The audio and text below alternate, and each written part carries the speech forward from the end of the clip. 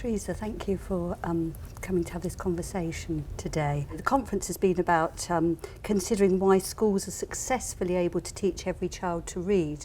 And I was just wondering about what is so special about the way you teach reading and spelling at St Georges. Well, it's been a major development for us over the last 4 or 5 years, and the key really that has caused our progress has been a very consistent approach to both reading and spelling through initiating a very systematic phonics programme within the school where all the staff, teaching assistants and teachers were fully trained for 4 days on the Sounds Right programme. And we've, as a result, become very skilled across the whole team in teaching both reading and spelling and writing. We maintained that level of teaching through constant staff training during inset days. We revisit our handbook and make sure that we're teaching in that consistent way, practice, and I think that has really supported the children to get a very clear understanding of our phonic code and how to read. On top of that, we involve parents as much as possible, and we have regular family learning sessions, particularly in the early years and Key Stage 1. And the parents are brought in, they come in of an afternoon and work alongside their child with the teachers, learning how we teach the children phonics and reading.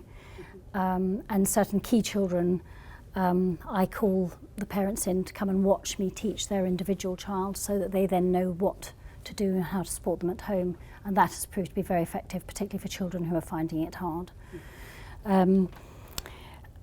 Another key aspect of our work at St George's, I think, has been very clear, rigorous timetabling.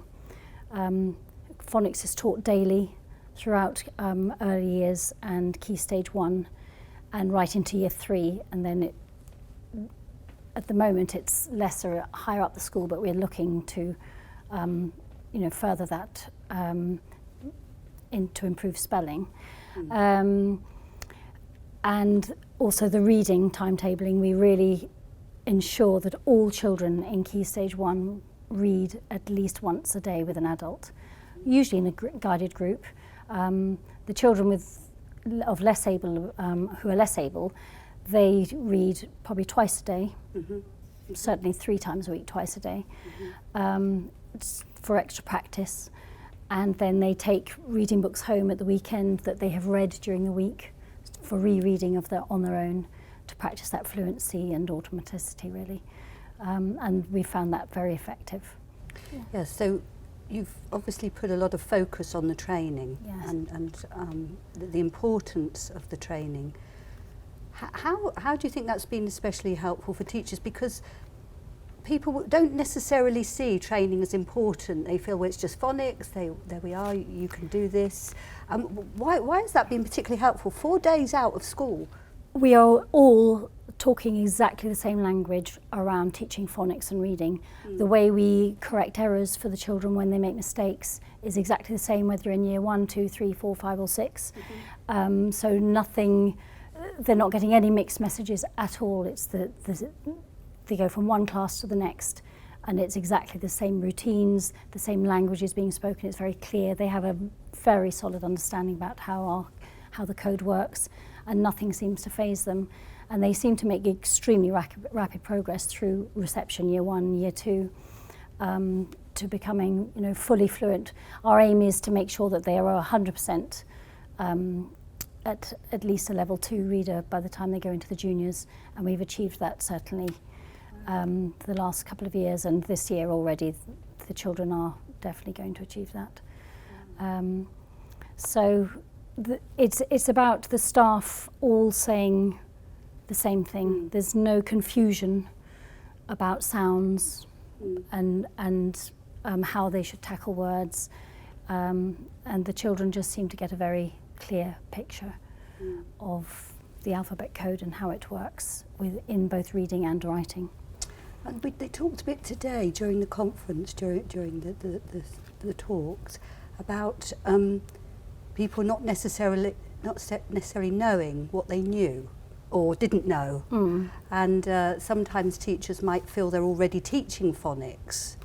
I was just interested how you encouraged, well, I appreciate everybody was kind of going to be expected to do it, but what the reaction to that was. I think initially when we said, you know, the year 5 and 6, the teachers of older children thought, well, you know, what do we need to know about phonics? But because we don't need to teach it higher up the school, but actually they've realised the value of it, knowing where the children have come from, knowing the skills and knowledge that we teaching lower down the school have had to embed and secure for the children. And it's also proven very helpful for them teaching older children who've come in from other schools later on who haven't got those skills and that knowledge.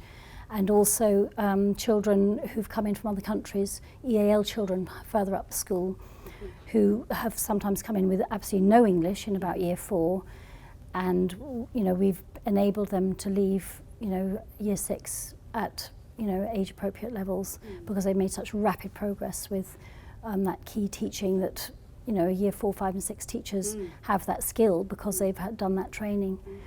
And it'd be much harder to you know, make provision for those children if those teachers weren't skilled like that. Could recognise the gaps. Yeah. So it's from 2 aspects really. One is the extra intervention, identifying the gaps for them and then providing the intervention at the level they need it. Absolutely.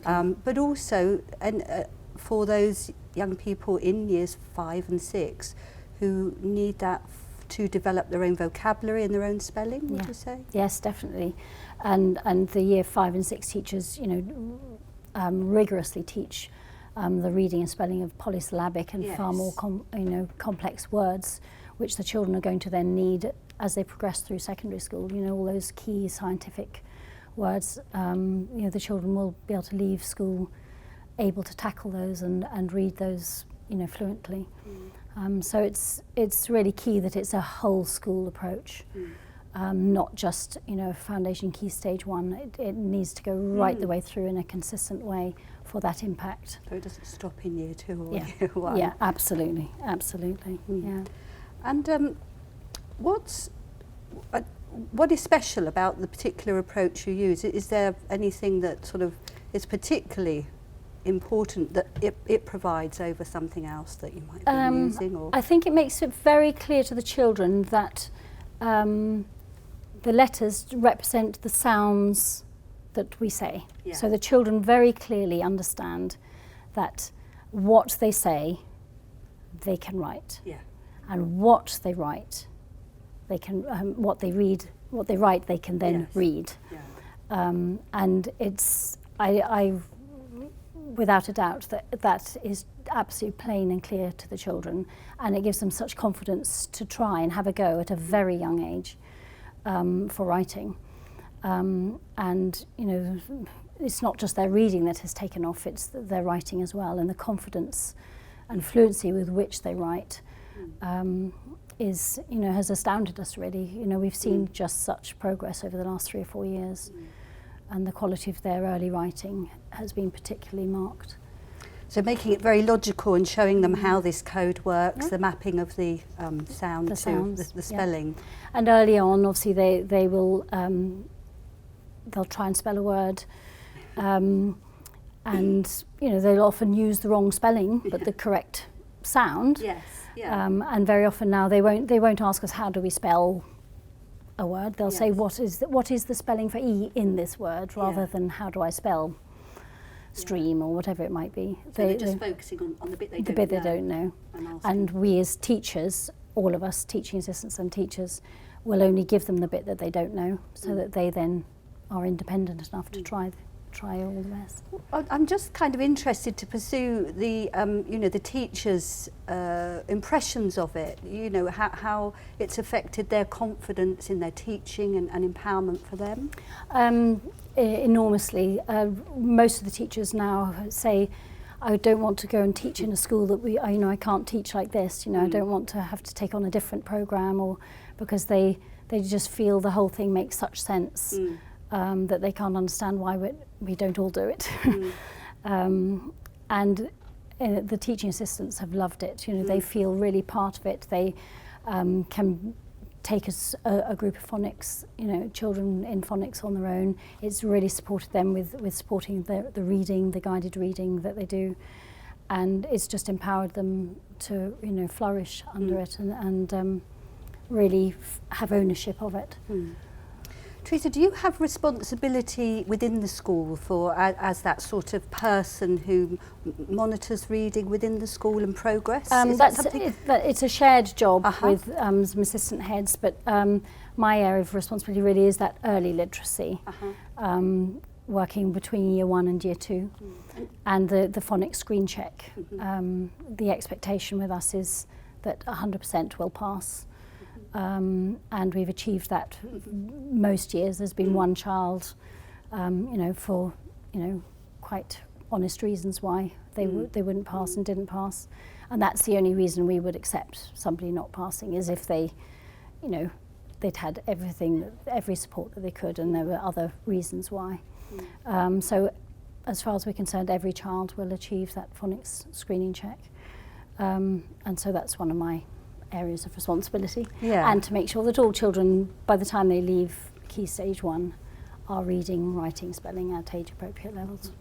Are you able to say, I won't sort of use the term interventions as such, but are you able to say a bit about how you support those children who need extra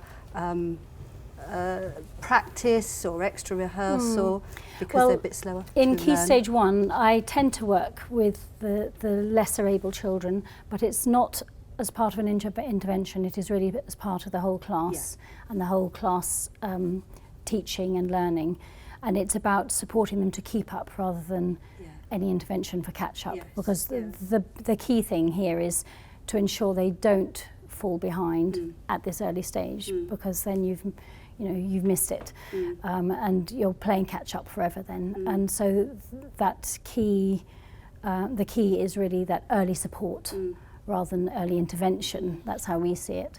And it's that quality first teaching right from the word go, and maintaining that right through.